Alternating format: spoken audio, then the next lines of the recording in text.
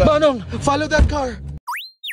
Corner Mapangakit Street along V. Luna sa Quezon City. Matatagpuan mo yung tiyan ni producer, nangangate. Charet. Merong bagong bukas na kebab place malapit kina Papa Obet. So we went and tried it. Yan yung menu nila, post mo na lang kung interesado ka. Siyempre habang naghihintay, cellphone muna.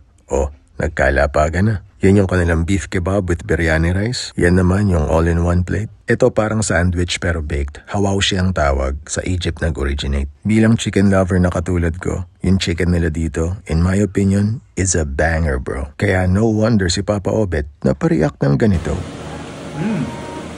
But, is an understatement, believe me. Etong kebab nila, malasa naman siya, pero di siya singlambot ng kebab sa mga popular na lugar na napuntahan mo na. Don't get me wrong, hindi siya parang suwela sa tigas. Malambot naman to, pero di lang siya singlambot ng mga tinutukoy ko. Baka may kinalaman din yung mismong pagkakaluto dun sa mga karne. Set ko lang expectation nyo be, may konting wait time pag umorder ka. Si kuya kasi na nagluluto ng lahat, mag-isa. Tingnan mo naman to si Papa Obet, service-oriented talaga. May kuya ka na, may papa ka pa. Charet. Oh, di ba? Natapon. Babalik ako soon. Yan nga pala ang inabot ng lahat.